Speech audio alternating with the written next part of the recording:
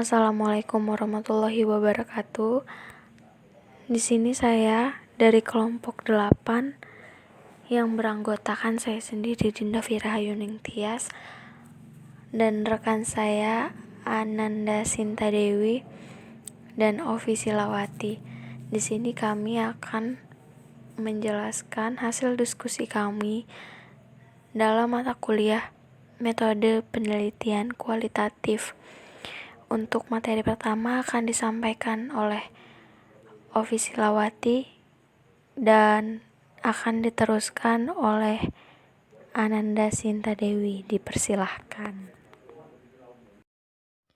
Keabsahan data di sini mempunyai kriteria dari keabsahan data. Yang pertama, perpanjangan keikutsertaan. Nah, maksud dari perpanjangan keikutsertaan yaitu peneliti sangat menentukan dalam pengumpulan data. Keikutsertaan tidak hanya dilakukan dalam waktu singkat, tetapi memerlukan perpanjangan keikutsertaan peneliti pada latar penelitian. Perpanjangan keikutsertaan peneliti akan memungkinkan peningkatan derajat kepercayaan data yang dikumpulkan.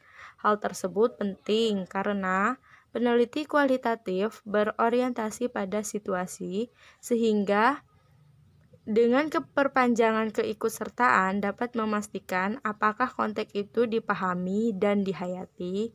Di samping itu, membangun kepercayaan antara subjek dan peneliti memerlukan waktu yang cukup lama.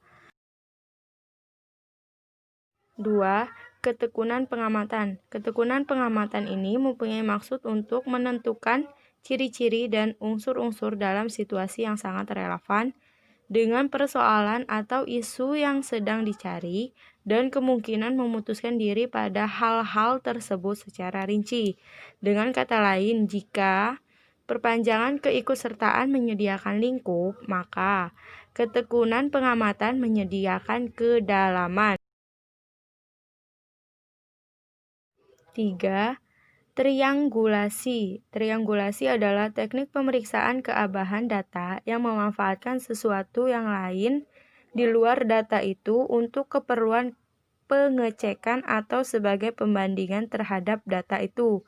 Teknik triangulasi yang paling banyak digunakan ialah pemeriksaan melalui sumber lainnya. Dari Dezim tahun 1978 yang membedakan 4 macam triangulasi sebagai berikut, yaitu teknik pemeriksaan yang memanfaatkan sumber metode, penyidik, dan teori.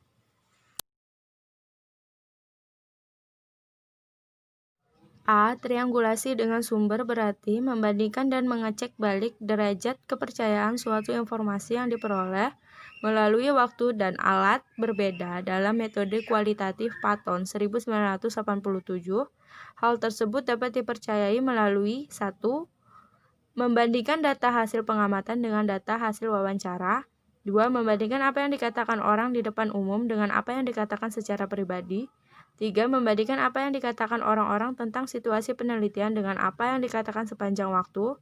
4. Membandingkan keadaan dan perspektif seseorang dengan berbagai pendapat dan perbandingan orang seperti rakyat biasa, orang yang berpendidikan menengah atau tinggi, orang berada, dan orang pemerintahan. 5. Membandingkan hasil wawancara dengan isi suatu dokumen yang berkaitan.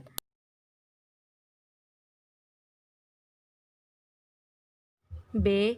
Triangulasi dengan metode. Menurut Patton 1987, terdapat 2 strategi, yaitu sebagai berikut. Yang pertama, pengecekan derajat kepercayaan menentukan hasil penelitian beberapa teknik pengumpulan data.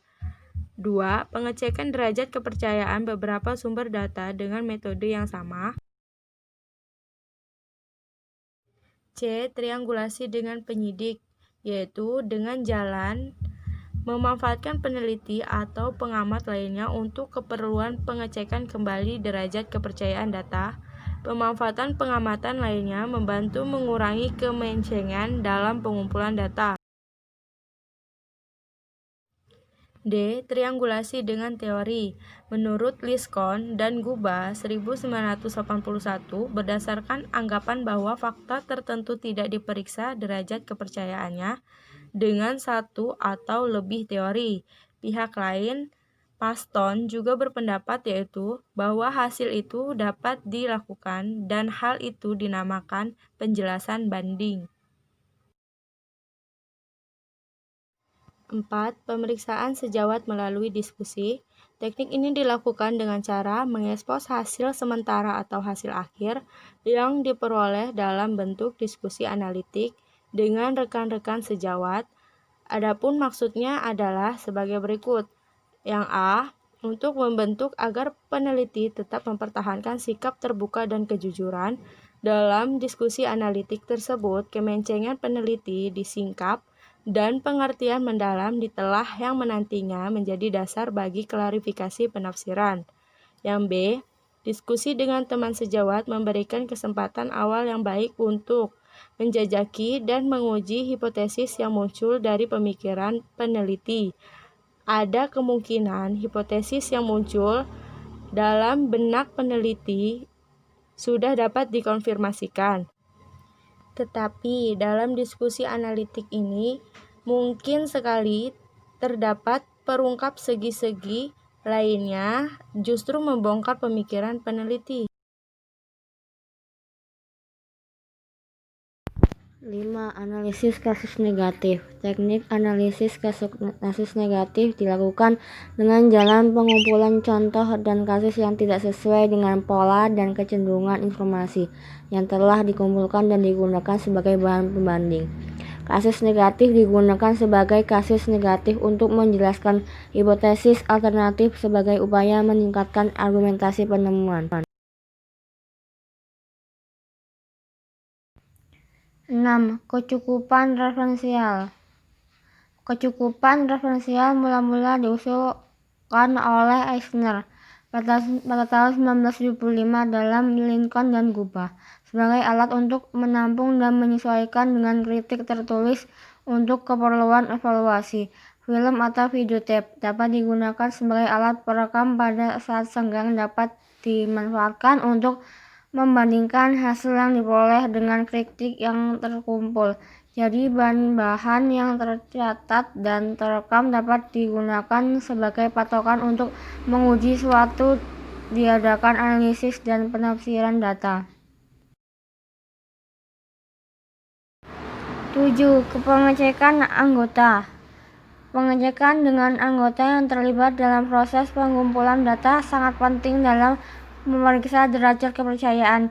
Yang dicek dengan anggota yang terlibat meliputi data, kategori analitis, penafsiran, dan kesimpulan. Tujuannya tertentu untuk pemeriksaan derajat kepercayaan.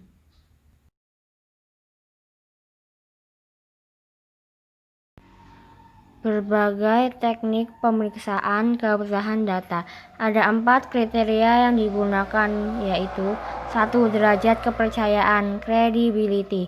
Yang kedua, keteralihan, transferability. Yang ketiga, ketergantungan, dependability. Yang keempat, kepastian, confirmability.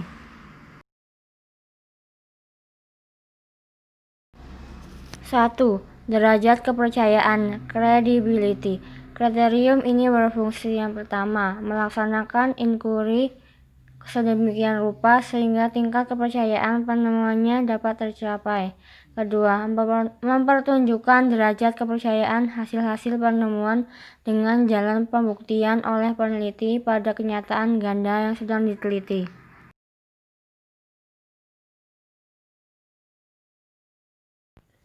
2. Keteralihan, transferability. Keteralihan sebagai persoalan empiris bergantung pada kesamaan antara konteks kirim dan penerima. Untuk melakukan pengalihan tersebut, seorang peneliti mencari dan mengumpulkan kejadian empiris tentang kesamaan konteks. Dengan demikian, peneliti bertanggung jawab untuk menyediakan data deskriptif secukupnya jika ia ingin membuat keputusan tentang pengalihan tersebut. Untuk keperluan itu, peneliti harus melakukan penelitian kecil untuk memastikan usaha verifikasi tersebut. Kebergantungan dependability. Konsep kebergantungan lebih luas daripada reliabilitas. Hal tersebut disebabkan peninjauan yang dari segi bahwa konsep itu diperhitungkan segala-galanya, yaitu yang ada pada reliabilitas itu sendiri, ditambah faktor-faktor lainnya yang bersangkut. 4. Kriteria kepastian confirmability. Objektivitas, subjektivitasnya suatu hal bergantung pada orang seorang, menurut Scriven. Selain itu, masih ada unsur kualitas yang melekat pada konsep objektivitas itu. Hal itu digali dari pengertian bahwa jika sesuatu itu objek, berarti dapat dipercaya, faktual dan dapat dipastikan. Subjektif berarti tidak dapat dipercaya atau menceng. Pengertian terakhir inilah yang dijadikan tumpuan terakhir pengalihan pengertian objektivitas subjektivitas menjadi kepastian.